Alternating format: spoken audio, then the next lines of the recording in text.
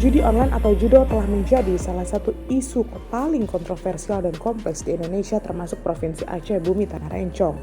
Ini sejalan dengan terungkapnya mafia akses judi online atau judol yang melibatkan pegawai Kementerian Komunikasi dan Digital atau Komindigi Republik Indonesia. Bayangkan, para tersangka menyalahgunakan wewenangnya dengan membuka dan menutup situs judi online yang menyetor sejumlah uang. Akibatnya, kantor satelit yang menjadi markas operasi para tersangka di Ruko Galaksi Kota Bekasi juga telah digeledah polisi.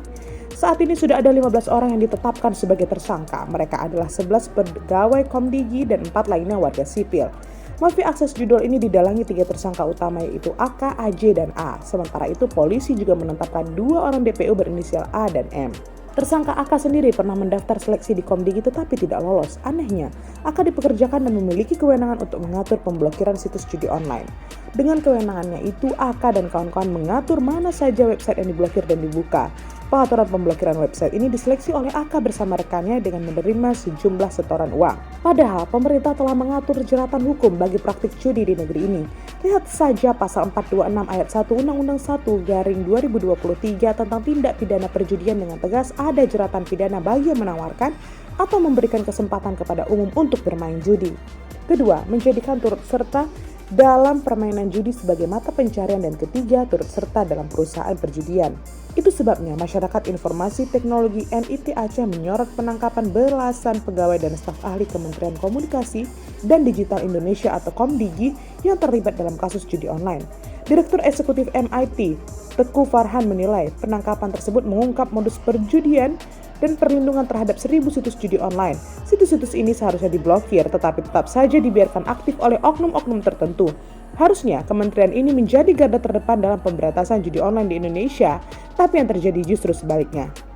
Kepada Kompas.com, Senin 4 November 2024, Farhan menjelaskan, sejak kemunculan situs judi online pada 2016 telah menjadi fenomena yang serius. Tindakan tegas dari berbagai pihak terutama kementerian yang bertanggung jawab sangat diperlukan. Maklum, kasus ini menunjukkan indikasi pembiaran yang berlangsung selama hampir 8 tahun oleh sejumlah pejabat yang diduga melindungi situs-situs ilegal. Menteri sebelumnya mengklaim telah memblokir jutaan situs judi online, namun aplikasi game dan iklan judi online masih banyak beredar bebas di platform seperti YouTube dan Facebook. Kami menelusuri ribuan iklan judi yang masih beredar di platform asing. Data dari Transparansi Pengiklanan menunjukkan bahwa sebagian besar berasal dari Hong Kong dan Cina. Mengapa hal ini masih dibiarkan dan pemerintah tidak bersuara, ujarnya. Lantas, bagaimana dengan Aceh? Berdasarkan pantauan MIT dari data Google Trend menunjukkan tren bahwa dalam 12 bulan terakhir Aceh menduduki peringkat ke-6 nasional dalam pencarian judi online. Aktivitas warga Aceh mencari dan mengakses situs judi online sangat aktif dan masif. Bahkan jika ditelusuri lebih lanjut dan lebih dalam, kota Banda Aceh dan Lok Sumawe pada 12 Oktober lalu masuk dalam 5 besar kota pengakses judi online, ungkap Farhan. Karena itu, MIT mendesak pemerintah agar tidak dalam menjadikan jumlah blokir sebagai indikator keberhasilan dalam memerangi judi online. Sebaliknya, penanganan yang efektif dan memerlukan aksi strategis seperti penindakan terhadap platform yang menyiarkan iklan judi online. Menegakkan sanksi terhadap platform tersebut sangat penting. Komunikasi dengan platform asing juga perlu ditingkatkan untuk memastikan adanya koordinasi terkait larangan iklan judi online di Indonesia, baik dari platform lokal maupun platform global. Sampai saat ini, iklan game judi masih bertebaran di platform seperti YouTube dan Facebook. MIT juga meminta agar aplikasi judi online ikut diblokir sebab banyak terindikasi berfungsi sebagai kedok untuk judi online. Itu sebabnya pemerintah perlu memiliki mekanisme khusus untuk mendeteksi aplikasi yang mengandung unsur judi dan mengambil tindakan yang sesuai penegakan hukum yang ketat terhadap aplikasi pembayaran, operator internet, dan institusi keuangan yang terlibat dalam aktivitas judi online sangat dibutuhkan. Mereka harus bertanggung jawab jika terbukti memfasilitasi judi daring, jelas Farhan. MIT juga menegakkan perlunya transparansi dan audit berkala. Untuk membangun kepercayaan publik, pemerintah harus menerapkan audit independen terhadap proses pemblokiran judi dan aplikasi serta situs. Publik harus memiliki akses informasi yang transparan mengenai langkah yang diambil, katanya. Yang terpenting adalah pendidikan dan literasi digital masyarakat harus dibekali dengan pemahaman tentang dampak negatif judi online untuk membangun kesadaran yang tinggi. Dalam pantauan MIT di tingkat lokal, literasi digital sangat rendah dibandingkan dengan nasional. Pemerintah diharapkan menerapkan kebijakan sistem cloud DNS berbasis lokal. Dengan cara ini, daerah juga dapat membuat kebijakan blokir tanpa bergantung pada pemerintah pusat. Banyak pilihan sistem cloud DNS yang ampuh untuk memblokir situs judi dan situs berbahaya lainnya. Farhan menilai, kasus ini adalah momentum penting bagi pemerintah untuk memperbaiki sistem dan proses pemberantasan judi online di kementerian.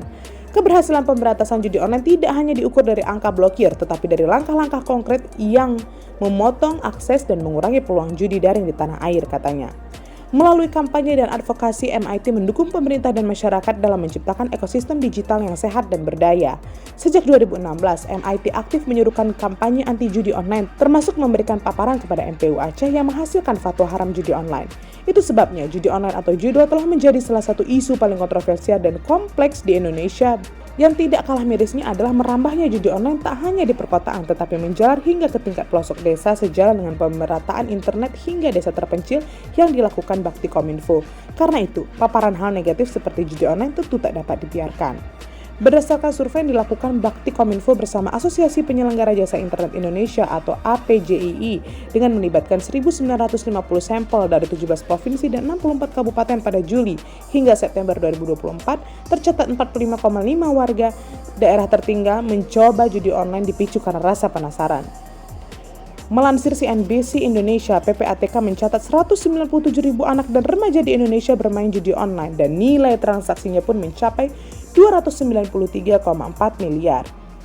Secara keseluruhan, dari usia kurang dari 11 tahun hingga 19 tahun, terdapat 197.054 anak yang melakukan transaksi judi online dan jumlah ini menghasilkan total deposit atau depo sebesar 293,4 miliar dengan frekuensi 2,16 juta transaksi. Waduh, gawat.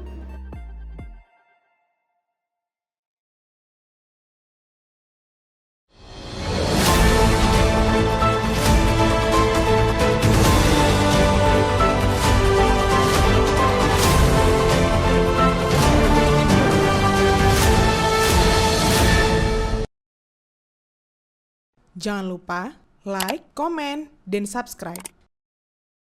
Serta aktifkan lonceng notifikasi.